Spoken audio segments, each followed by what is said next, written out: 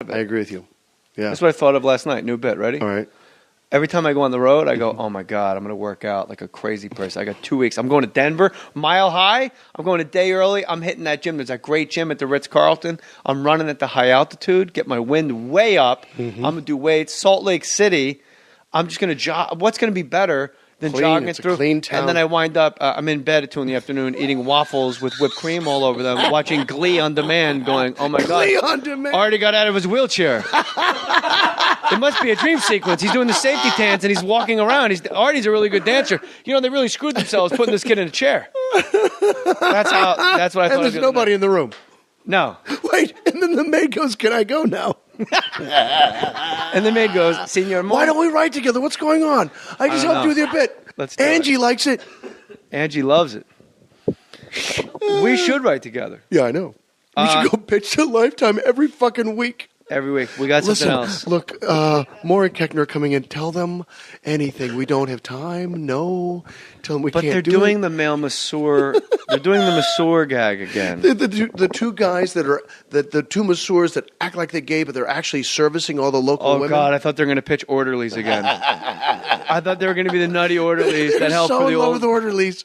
Bang! Whoops! I didn't know you broke your legs. Well, yeah. good thing you got two of them. Hey, let's take them all out to a ball game. Wet floor.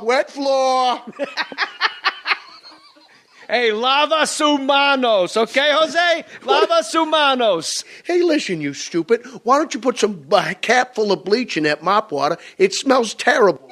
First of all, it's Mr. Stupid. Second of all, I already put the bleach in. And third of all, you're not wearing any pants, Mr. Brown. Hey, you're wearing my pants. Let's do that. Let's start doing some ridiculous... Oh, let's do the orderlies. Just little shorts. Oh, please. No, fuck shorts. Let's get something on that runs in perpetuity and we become millionaires. Okay. I don't want to do... All right, let's do a broader comedy than it's ever been made. Why do we become orderlies? Like, that's the thing. Like, why we're orderlies and it's for old people or in just a regular old hospital? Koechner's hysterical. Oh, shit. I'm being serious. I can't believe you're going, why? What's their benefit? No, because I want to know, like, what is orderly? the impetus in our lot? Like, is it to, like, so we don't go to jail, like a judge goes, and you boys better have jobs next time? Like, how do we hook up with this job? There's no paper-thin reason. That's just what our life purpose is. That's who we are. People do that for a living. Right, but Like, but that's not no funny. If it's your calling, it's not funny. That's what ruins the movie when someone goes, "You're sentenced to doing orderly work." Right, but there has Unless to be. it's the Blues Brothers, that's a different story. But here's the thing. Here's the arc. Yes. We have to not want to be there, and then we fall in love with these people during the journey. We don't have to fall into We'll find that thing. Let's don't start with a trap first. Here's these two guys. Then they both. Oh, here you want a really thin one. We both fall for the same gal that came in who has an amnesia. Jesus Christ! And her boyfriend's trying to win her back at the same time we both are. And we keep running the game on the boyfriend, like, you know what? I think she's in the game room. Amber's in the game room. And better, she's crazy about that Parcheesi. You and I keep dressing up as her, alternating, but we just see her from the back. There's the blonde. There's Amber. Don't disturb her. Get him out of here, Dave. She's quietly resting in the sunroom and looking out over the quad. Yeah. As Bradley, the boyfriend, comes in and gazes at her longingly as I mop across his feet. I know who there's always like the one guy, like the Yoda character that you go to for advice. Louis Guzman. I think you guys need to take this job more seriously. Personally, these people come here because these people are recuperating. You need to show some more love and bedside manner. And I'll play Louis Guzman. But we have to be Dave and Jay. But the Fat Boys did disorderlies, but we'll just be orderlies. It has to work. Let's pick something else. All right. Would you rather be attacked by a bear or a pack of dogs? I got this big box of questions here. We have that same box of questions. Where'd you get that? But answer my question first. Would you rather be attacked by a bear to death? I don't want to die. All right. Would you rather be attacked by... Fair enough. All right. It's mercurial. It's like, working with liquids here. I guess dogs, because you could grab one and beat off the other dogs. But you don't think you could wind up slow dancing with the bear? Like on Bugs Bunny, we all know if you're attacked by something enormous, you immediately act gay and do his hair and dance with him. That's so funny. I'm holding on to that. If I attacked by a grizzly, I'm not as charming as you are. I disagree. You got that little thing where you pick up your hat after all your punchlines. I'm just trying to keep the sweat off. Hey there, Ralph. Here's my new character. You ready? Yeah. It's a hat act. I want to do it for an hour and a half. People go, "What the fuck? I'm leaving." Wait, there's got to be more. Language, There's dude. got to be Language. more. Is this a family podcast? Yes, we're live. So let's go wake up your son. This is. I don't want to alarm you, but look behind you. It's a bear. So you're thinking Who's leading a pack of dogs? If you're thinking if you're attacked by dogs, you can just grab one. I'm judging like one hand on each side of his neck. That's my and only beat hope. The other dogs. That's my only hope. Have you ever been bit by a dog? I'm sure I have. I can't remember. But nothing where you're like, I remember one time. Not dramatic. No. Are you allergic to bees? No. No. My wife's allergic to bees, and you go into syphilactic. Yeah. Encephalitic shock. Yes. Encephalitis. Yes. Syphilis shock. All right, You immediately get syphilis. We're at the You go Emmys. crazy. Okay? Red carpet. We're at the Emmys. For Gary. I forget what for. I think we were actually just guests For GU. of the Academy. Sure. Okay.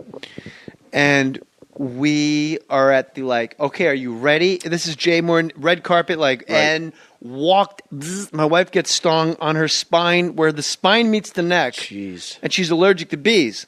And she goes, I just got stung by a bee. I go, what do you want to... Nikki, Jay. And we're already in the machine. There's no going back without a picture being taken of someone running off the red carpet. Apparently she's not that allergic to bees. Oh, you didn't have the shot with you? Nothing like that? No, I don't know nothing about the shots. I thought it was her that throat dangerous. closed up. She passed out for a while. No, really? We had an aisle seat. I let her straighten her legs. It's like you're being on the I plane. realized You put my story has no good ending. She was totally fine. You put a Depends on her.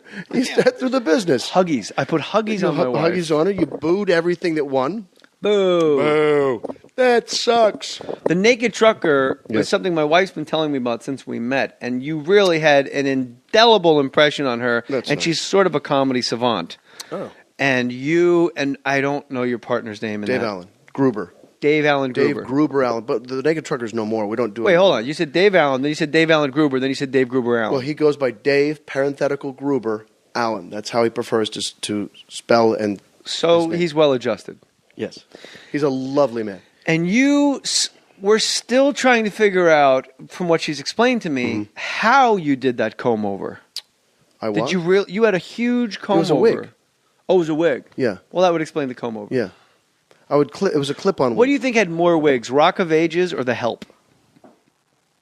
I'm going to say Rock of Ages. Okay. How was it? I liked it. I haven't seen it. I'm a song and dance man, Are you a Dave. fan of musicals? Gotta dance, gotta sing. Welcome, monsieur. Sit yourself down. Holy smokes. And meet the best innkeeper in town. As for the rest. Les Mis. Cabaret? I don't think Les Mis. I don't think I'm going to get an audition. I thought you were doing Cabaret, and I got super excited. That's the greatest show that ever was. Yes, Joel Grey. Alan Cumming, to me, will always be the Okay. guy. Joel Grey is whatever. The film. Really? Yeah, but he was won the pretty Oscar amazing. for it, didn't he? Yeah, he should. He was amazing. I believe he did. Yeah. That's something Andrew would probably know. Ange? offhand. But fucking Andrew. He just shook his head at you. But Alan Cumming is so He's sexually ambiguous, and he's like a little nymph, like a little imp, like a Joel little Grey sprite. isn't? No, I don't give a shit about Joel Grey. Really? What the fuck do I care about Joel Grey? Give us some time. It's Jennifer Grey's dad. Yeah? You know? You don't, do you? I do know that. I think if I was attacked by a bear, I think I would. I'm just going to say nonsense, and there's so I want much to hear the ask you nonsense, about. please. Um, And the maid left the room. you know, Can you're I leave watching now? Billy on Demand, ladies and gentlemen. I remember when I was filming in Calgary, I was trying to get in really good shape because I had an underwear scene. It was a long time ago, and What was the picture? it never came out. Speaking of sex, Nice. Bill Murray, Captain Really? O'Hara. Yeah, it was really neat. James Spader. We all wanted to get in. Me and James Spader and Paul Schultz, who was the priest on The Sopranos. Hey, one of you asked Monsignor Jughead in here, you know? We all were running to get in shape for these underwear scenes, But James Spader didn't do it, and I'm running like 3.5 miles a day. I got a trainer from the Calgary Flames. Wow. My friend Billy Garrett from the Edmonton Oilers at the time gets the train. Oh, from the Edmonton Oilers, takes his bike to Calgary, like an 8-hour bike ride to be at my apartment at 6 to work out before I go shoot. Like, he's a crazy workout person, obviously. And right before we leave, the lady at the front desk goes, "Don't forget your bear bells to tie into your shoelaces for running through Banff and running through the woods." And we just don't get them. And that's the first time I heard the joke. He goes, "Oh, I just outrun you." Oh, really? And he was serious. Like, I don't need, you can get one, but I don't need a bear bell. Because I'm way faster than you are. Like, that's really what happened. Wow. And we would run. We did my regular run. And then every 5 minutes I had to hit it down and do 25 push-ups. Wow. And then we hit like target pads. And then he kept like swinging. I was dropping my right hand. And he would swing his left hand and freeze the pad like right as an eyelash from my ear where I heard it. And he goes, "Stop dropping your right." And I go, "Okay."